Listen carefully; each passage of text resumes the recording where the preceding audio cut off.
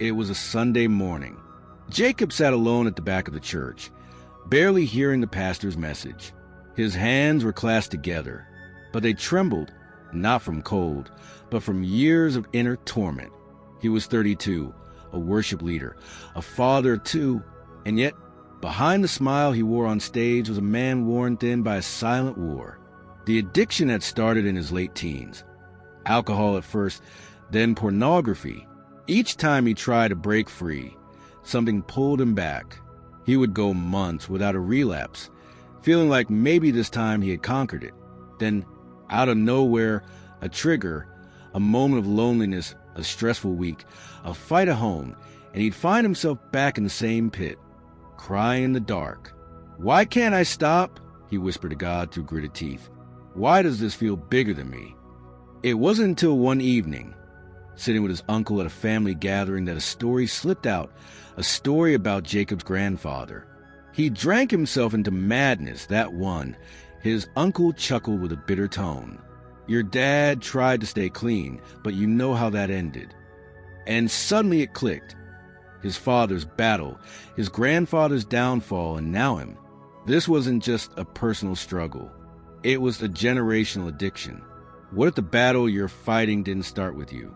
Generational addiction is not just about inherited behaviors.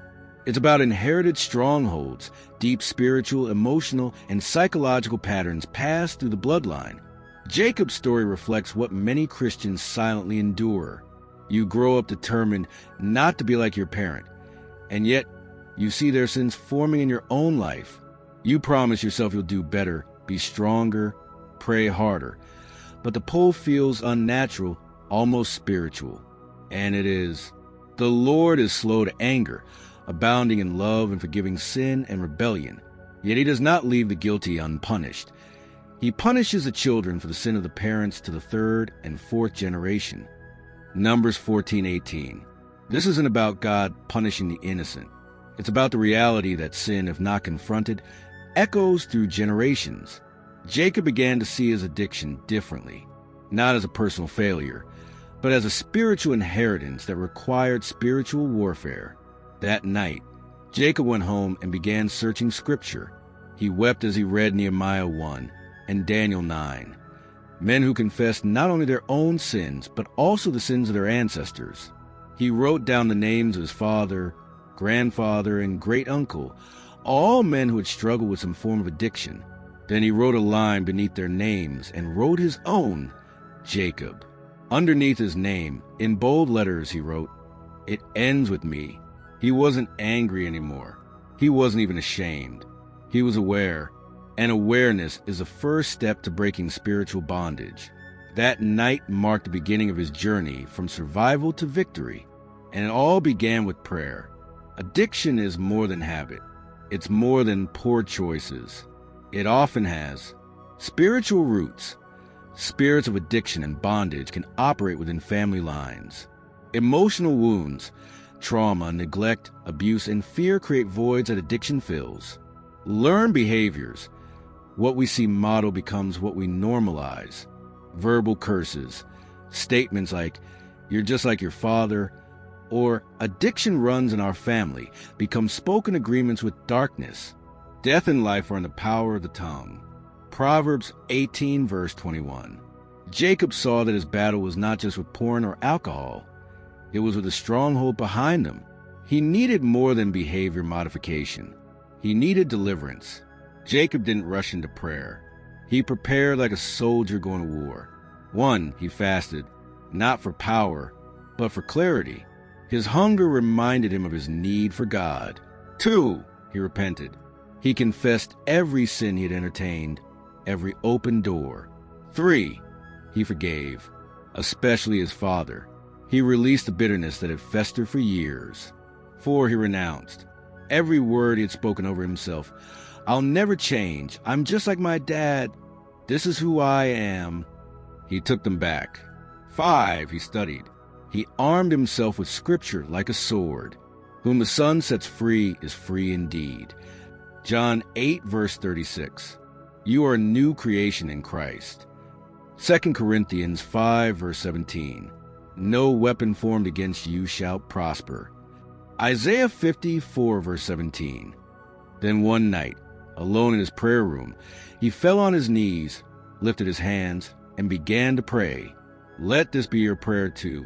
Heavenly Father, I come before you in the name of Jesus Christ, my Redeemer, my Deliverer, my Savior. Lord, I acknowledge that addiction has run through my bloodline. I see the patterns. I feel the weight, and I no longer want to carry what Jesus already died to break. I repent from every agreement I made with addiction. I repent for hiding, for numbing, for excusing the very chains I now despise. Forgive me. I also repent for the sins of my ancestors, for every door they opened to darkness, knowingly or unknowingly. Like Nehemiah and Daniel, I confess generational sin and ask for your mercy to cleanse my bloodline. I renounce every generational curse of addiction, whether alcohol, pornography, drugs, rage, or any other unclean thing. I break every spiritual contract made in my bloodline by the blood of Jesus. In Jesus' name, I cancel the authority of every demonic spirit attached to my family's sins. Every chain is broken. Every curse is lifted. Every stronghold is torn down. Holy Spirit, fill every place that addiction once ruled. Fill me with purity, with power, and with passion for righteousness. I declare that I am not my past. I am not my father's failure. I am not my grandfather's addiction.